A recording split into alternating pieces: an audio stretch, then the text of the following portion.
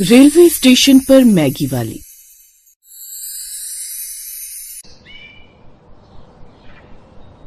सोनाली पीयूष से बहुत ज्यादा प्यार किया करती थी और आज वो अपना सारा सामान बांधकर उसके साथ भागने के लिए तैयार है। वो रेलवे स्टेशन पर उसका इंतजार कर रही होती है लेकिन वो आता ही नहीं, जिसे देख सोनाली खूब रोती है और खुद से कहती, मैंने पीयूष से कितना प्यार किया था और लगा था कि उम्र भर वो मेरे साथ रहेगा, और आज जब साथ निभाने की बारी आई तो वो आई ही नहीं। अब मैं किस मुंह से घर जाऊंगी? मेरी सौतेली माँ मुझे कभी भी उस घर में स्वीकार नहीं करेगी। सोनाली ने अपनी स्वर्गीय माँ के कुछ गहने लिए थे और उसके पास बच्चों को ट्यूशन पढ़ाने से जो पैसे जमा हुए थे बस वही थे, लेकिन पीयूष उसके साथ भागने के लिए आया ही नहीं। इसके बाद सोनाली हिम्मत करके सफर पर निकल जाती है और एक अनजान ट्रेन में चढ़ जाती है। तभी ट्रेन में एक मैगी बेचने वाला आता है और कहता है, मैगी ले लो, मैगी 50 की मैगी, गर्मा गर्म मैगी, आओ आओ मैगी खाओ, ट्रेन में मैगी खाओ। भैया ये 50 रुपए की मैगी दे दो, बहुत भूख लगी है और अच्छी बनाना। देखो बहन जी, बहुत अच्छी मैगी है, जरूर पसंद आएगी आपको। आदमी मैगी देकर चला गया, जिसके बाद जैसे ही सोनाली ने एक निवाला खाया तो कहने लगी, वो आदमी तो कह रहा था कि मैगी बहुत अच्छी है, लेकिन मैगी तो सच में बहुत बेकार है। कोई कैसे इतना बड़ा झूठ बोल सकता है? तभी सामने की सीट पर बैठी हुई एक बुढ़िया ने कहा, अरे मेरी बच्ची, ऐसा ही होता है। अगर ये लोग बोलते हैं कि इनका बेचने वाला सामान अच्छा है तो जरूरी नहीं कि वो अच्छा हो जाए। वैसे भी रेलवे स्टेशन पर मिलने वाला ज्यादातर सामान बेकार ही होता है। ये तो गलत बात है ना अम्मा, जब हम रेलवे स्टेशन पर मैगी खाने के पैसे दे रहे हैं तो हमें मैगी का स्वाद तो अच्छा मिलना चाहिए। जमाना बदल गया है बिटिया, अब खाने को खाना मिल जाए वही बहुत होता है, स्वाद और गुणवत्ता की बात तो तुम छोड़ ही दो। ये बातें सुनने के बाद सोनाली को एहसास होता है कि सच में जमाना कितना ज्यादा बदल गया है और आजकल हर कोई सिर्फ और सिर्फ पैसे कमाने के बारे में सोच रहा है। अब सोनाली ने खुद से कहा, मेरे प्यार ने मुझे धोखा दे दिया तो क्या हुआ? मेरे पास अभी कुछ पैसे हैं और इन पैसों से मैं अब रेलवे स्टेशन पर ही अपनी एक छोटी सी दुकान खोलूंगी, जहाँ पर मैं चाय और मैगी बेचा करूंगी और उसमें स्वाद भी होगा और गुणवत्ता भी। सोनाली ने अपनी स्वर्गीय माँ के गहने बेच दिए ताकि वो उन पैसों से रेलवे स्टेशन पर मैगी की दुकान खोल सके, और उसने मैगी की एक दुकान खोल ली। अब वो रेलवे स्टेशन पर मैगी बेचा करती थी। मैगी ले लो, मैगी, रेलवे स्टेशन वाली मैगी, आओ आओ मैगी खाओ, 50 रुपए। तभी उसके ठेले पर एक आदमी आया और कहने लगा, ए लड़की, ये 50 रुपए की मैगी में कोई अच्छी बात भी है? अगर मैगी पसंद न आई तो फिर मैं ये नहीं खरीदने वाला हूँ। मेरे कहने का मतलब है मैं फिर इस मैगी के 1 रुपए नहीं दूंगा। आप बिल्कुल भी चिंता मत कीजिए भाई साहब, माने कि मैं रेलवे स्टेशन पर मैगी बेचने वाली हूँ, लेकिन मैं लोगों के स्वाद और उनके स्वास्थ्य दोनों का ख्याल रखती हूँ, इसलिए आपको ये मैगी अगर पसंद न आए तो आप बिना पैसे दिए भी जा सकते हो। सोनाली इस बात से अनजान थी कि वो आदमी जो मैगी खाने के लिए आया है वो फूड इंस्पेक्टर था। अब सोनाली ने अच्छे से सब्जियों को काट कर मैगी तैयार कर दी और उस आदमी के आगे परोस दिया। आदमी ने जैसे ही वो मैगी खाई तो वो तारीफ करने से खुद को रोक नहीं पाया और बोला, बहन तुम तो सच में बहुत अच्छी मैगी बनाती हो। मुझे तो ऐसा लगा था कि तुम भी रेलवे स्टेशन पर बाकी का सामान बेचने वाले लोगों की तरह सिर्फ लोगों की जेब काटने के बारे में सोचती होगी। वो आदमी सोनाली को पैसे देकर वहाँ से चला जाता है और सोनाली भी बहुत ज्यादा खुश होती है। अब वो फूड इंस्पेक्टर सरकार से उसकी सिफारिश करके उसे कुछ फंड्स दिलवाता है, जिससे सोनाली ठेले से अपनी एक छोटी सी लकड़ी की दुकान खोल लेती है, जो बहुत बढ़िया चला करती थी। ऐसे एक दिन जब वो अपनी दुकान पर खड़ी होती है, तभी उसकी सौतेली माँ दूसरे गांव जा रही थी और वो सोनाली को देखती है और कहती है, सोनाली तू यहाँ, तू तो उस लड़के के साथ भाग गई थी ना, तो फिर तू यहाँ पर क्या कर रही है? अब सोनाली अपनी सौतेली माँ को सब कुछ बताती है कि दरअसल उस दिन रेलवे स्टेशन पर उसका प्रेमी आया ही नहीं था। अगर वो नहीं आया था तो तुझे वापस आ जाना चाहिए था। परिवार के मसले परिवार में रहे तो अच्छा रहता है। यहाँ पर तू अकेले रह रही है, ना जाने तूने कितने संघर्ष किए होंगे। भले ही मैंने तुझे आज तक कभी पसंद नहीं किया, लेकिन मैं तेरी सौतेली माँ हूँ और सौतेली माँ में भी माँ शब्द आता है। फिर तूने मुझे इतना पराया कैसे कर दिया? हाँ, मैं घर से निकलने से पहले घर से पैसे चुरा कर लेकर आई थी और अपनी माँ के जेवर भी, और परिवार वालों के लिए एक चिट्ठी भी रख दी थी। अगर मैं वापस आती तो सब लोगों की बदनामी होती, इसलिए मैंने वापस ना आना ज्यादा सही समझा। अब सोनाली की माँ उसे अपने घर ले जाती है। तू हमें छोड़कर कैसे चली गई मेरी बच्ची? तूने एक भी बार हमारे बारे में नहीं सोचा कि हम तेरे बिना कैसे रहेंगे। सोनाली की भी आंखें आंसुओं से भर जाती हैं, जिसके बाद अब वो फैसला करती है कि वो अब रेलवे स्टेशन पर चाय की दुकान छोड़कर अब अपने माता पिता के साथ ही वापस रहेगी। एक दिन जब वो घर में खाना बना रही थी तभी उसकी सौतेली माँ ने उससे कहा, सोनाली मेरी बच्ची, आखिर तूने अपना रोजगार पकड़ लिया था, फिर तू उस काम को छोड़कर क्यों बैठ गई? तू रेलवे स्टेशन पर मैगी बेचती थी तो सब लोग उसकी तारीफ करते थे और हम लोगों की भी थोड़ी मदद हो जाती। तू वापस अपना वही काम शुरू कर। पर माँ, अगर मैं काम करूंगी तो पिताजी का ख्याल कौन रखेगा? वो सब कुछ मैं कर लूंगी मेरी बच्ची, तू बस फिलहाल अपने काम पर ध्यान रख। अब सोनाली फिर से ट्रेन में बैठकर 3 स्टेशन दूर जाया करती और अपनी रेलवे स्टेशन पर लगी हुई मैगी की दुकान चलाया करती, और वापस आकर जब भी उसकी सौतेली माँ बीमार होती तो वो घर का काम भी किया करती। एक दिन तेज बारिश हो रही थी और सोनाली जल्दी वापस आ जाती है और वो अपनी सौतेली माँ को अपने भाई से फोन पर बात करते हुए सुन लेती है। अच्छा हुआ मेरी किस्मत उस दिन अच्छी थी जो वो सोनाली मुझे रेलवे स्टेशन पर नजर आ गई और मैं उसे अपनी भावनाओं में बहका कर वापस यहाँ ले आई। अब वो काम करेगी और मैं उसकी कमाई खाऊंगी। अच्छा हुआ उस दिन मैंने उसके प्रेमी को पिटवा कर रेलवे स्टेशन पर जाने से रोक दिया था, जिस वजह से वो अकेली रह गई। मुझे लगा था वो घर वापस आएगी और मैं उसे घर की नौकरानी बनाकर रखूंगी, लेकिन मेरी किस्मत तो और भी ज्यादा अच्छी थी। तभी तो उसका रेलवे स्टेशन पर मैगी की दुकान का काम चल पड़ा है। ये सारी बातें सुनने के बाद उसे एहसास होता है कि उसकी सौतेली माँ सच में बहुत ज्यादा धोखेबाज थी और सिर्फ उसकी भावनाओं का इस्तेमाल कर रही थी। और उसके बाद वो सारी बातें रिकॉर्ड कर लेती है। वो अपने प्रेमी के घर जाती है तो वहाँ उसे ताला लगा हुआ मिलता है और वो खुद से कहती है, न जाने मेरा प्यार आज किस साल में होगा। कि सब कुछ मेरी सौतेली माँ की वजह से हुआ है, मैं उसे माफ नहीं करूंगी। इसके बाद सोनाली पुलिस स्टेशन जाकर उसकी शिकायत करवा देती है और पुलिस सोनाली की सौतेली माँ को अरेस्ट करके ले जाती है और वो अपने पिताजी को भी अपने रेलवे स्टेशन पर बनी हुई मैगी की दुकान के पास शिफ्ट करवा देती है। तब किशोर सोनाली से कहते हैं, मुझे माफ कर दे, ये सब कुछ मेरी वजह से हुआ है। मैंने अपना हमसफर चुनने में बहुत बड़ी गलती कर दी थी और इसकी सजा तुझे बहुत भुगतनी पड़ी। कोई बात नहीं पिताजी, जो किस्मत में लिखा होता है वही होता है, आप इतना परेशान मत होइए। देखिए, हम दोनों पापा बेटी आज दोनों के दोनों ही अकेले रह गए। आपके पास भी आपका हमसफर नहीं है और मेरे पास भी। तभी दरवाजे पर दस्तक होती है और पीयूष आता है। दरअसल पीयूष सौतेली माँ के डर से शहर भाग गया था और उसने आकर कहा, मैं भी तुमसे बहुत प्यार करता हूँ सोनाली। दरअसल तुम्हारी माँ ने मुझ पर हमला करवाया था और उसके बाद मैं अपने परिवार को लेकर शहर चला गया था। मैंने सोचा था अपने परिवार को वहाँ बसाकर मैं फिर से तुम्हें लेने के लिए आऊंगा, लेकिन जब तक मैं वापस आया तब तक तुम गांव छोड़कर चली गई थी और फिर मुझे मेरे दोस्तों ने बताया कि तुम यहाँ रेलवे स्टेशन के पास में मैगी की दुकान चला रही हो। अब सोनाली की किस्मत से उसे सब कुछ फिर से वापस मिल गया था। उसके पिताजी उसके पास रहते थे, उसकी सौतेली माँ को जेल हो गई थी और उसका प्रेमी पीयूष भी उसे मिल जाता है। इसके बाद वो पीयूष से शादी करके अपना घर बसा लेती है और खुशी खुशी रहने लगती है।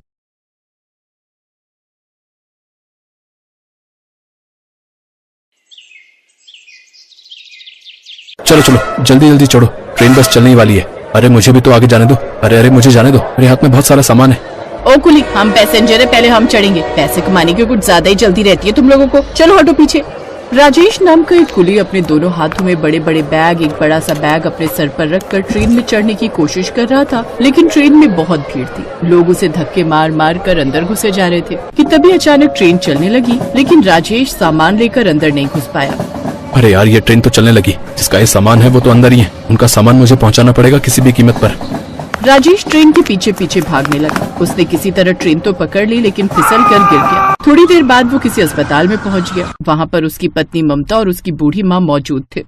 ये सब क्या हो गया बेटा? मैंने तुझे कितनी बार कहा है कि जल्दबाजी मत किया कर, स्टेशन पर वहाँ बहुत भीड़ होती है। इतना ज्यादा सामान लेने जाने की क्या जरूरत थी? जान से भी ज्यादा कीमती है क्या? डॉक्टर साहब, ये सब कैसे हो गया? देखिए, मजबूरी में मुझे इनका हाथ काटना पड़ा। इनका एक हाथ ट्रेन के नीचे आ गया था, इसीलिए हाथ काटने के अलावा मेरे पास कोई रास्ता नहीं था। अब इन्हें अपनी पूरी जिंदगी एक हाथ से ही बितानी पड़ेगी। डॉक्टर साहब, मेरे परिवार में कमाने वाला सिर्फ मैं ही था। अब मेरी माँ और मेरी पत्नी का क्या होगा? आप अपने दिमाग पर ज्यादा जोर मत डालिए। ये लीजिए, मैं आपके लिए खाना बना कर लाई हूँ, खा लीजिए। डॉक्टर साहब वहाँ से चले गए। ममता ने टिफिन खोलकर खाना परोस दिया। खाने में दाल चावल सब्जी के अलावा एक लाल मिर्च का पकौड़ा भी था। पकौड़ा देखकर राजेश का चेहरा खिल उठा। ममता, मेरी जिंदगी में चाहे जितनी परेशानियां आ जाए, जैसे ही तुम्हारे हाथ का लाल मिर्च का पकौड़ा देखता हूँ मैं खुश हो जाता हूँ। मैं कितना खुश नसीब हूँ कि मुझे तुम्हारे हाथ का लाल मिर्च का पकौड़ा खाने को मिलता है। बाकी लोगों का ऐसा नसीब नहीं है। उसकी ये बात सुनकर ममता के दिमाग में ख्याल आया। उसने कहा, अब बाकी लोगों को भी नसीब होगा। 2 दिन बाद ममता और उसकी माँ राजेश को लेकर घर आ गए और वहीं पर दवाई चलने लगी। कमाने वाला भी कोई नहीं था, इसलिए ममता ने अपनी सास और पति से कहा, राजेश जी, जिस स्टेशन पर आप कुली का काम करते थे, उसी स्टेशन पर मैं लाल और हरी मिर्च के पकौड़े बेचूंगी। सासू माँ, आप हमारे घर के आंगन में मिर्च बो दीजिए ताकि लोगों को ताजे मिर्च का पकौड़ा खाने को मिले। लेकिन ममता, तुम ये सब क्यों करोगी? लोग क्या कहेंगे कि अपनी बीवी की कमाई खा रहा है। लोग हमारे घर में खाना देने नहीं जाएंगे और न ही कोई आपका इलाज कराएगा। मैं भी इस परिवार का हिस्सा हूँ। मैं जो करना चाहती हूँ मुझे करने दीजिए। सासू माँ, चलिए बाजार से मिर्च के बीज लेकर आते हैं।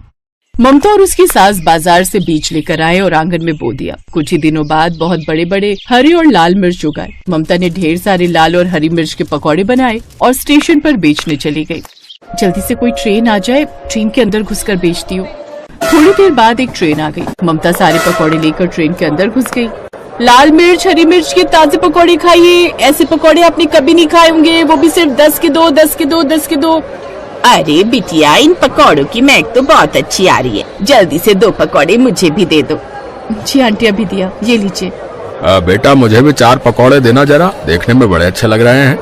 हाँ अंकल, बिल्कुल, ये लीजिए। पहले आप लोग पकौड़े खा लीजिए, पैसे बाद में देना अगर पसंद आए तो इस तरह थोड़ी ही देर में पूरी बोगी ने उसके पकौड़े खरीद लिए और उसके सारे पकौड़े खत्म हो गए।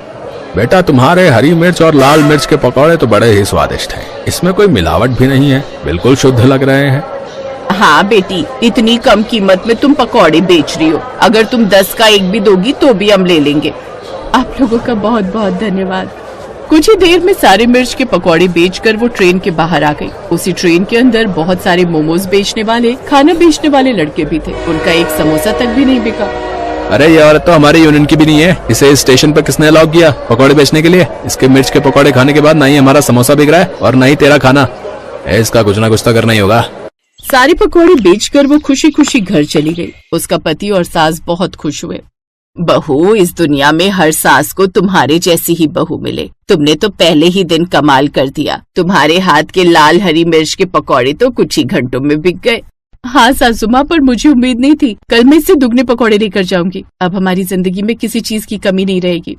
ऐसे ममता हर दिन स्टेशन पर जाती और जो भी ट्रेन आती उसके अंदर घुसकर सारे मिर्च के पकौड़े बेचकर थोड़ी ही देर में वापस आ जाती। दूसरी तरफ उसी स्टेशन का स्टेशन मास्टर दफ्तर में बैठकर खाना खा रहा था कि तभी उसने अपने एक नौकर को बुलाया। अरे गोलू, जरा इधर आओ। मेरी बीवी हर रोज वही खाना भेज देती है। जाओ देखो, स्टेशन पर कोई अचार वचार बेच रहा हो तो लेकर आओ। अरे सर जी, आज मैं आपके लिए एक ऐसी चीज लेकर आऊंगा कि आपकी आत्मा खुश हो जाएगी। गोलू बाहर आया। स्टेशन मास्टर को बोल तो दिया, अब मैं आखिर ऐसा क्या लेकर जाऊं कि उनकी आत्मा खुश हो जाए। कभी कभी मैं भी ना बहुत ज्यादा ही बोल देता हूँ। तभी उसे ममता दिखाई दी जो कि स्टेशन पर लाल हरी मिर्च के पकौड़े बेच रही थी। गोलू उसके पास पहुंच गया। अरे बहन जी, ये मिर्ची के पकौड़े मैंने स्टेशन पे पहली बार देखे। खुशबू बड़ी अच्छी आ रही है।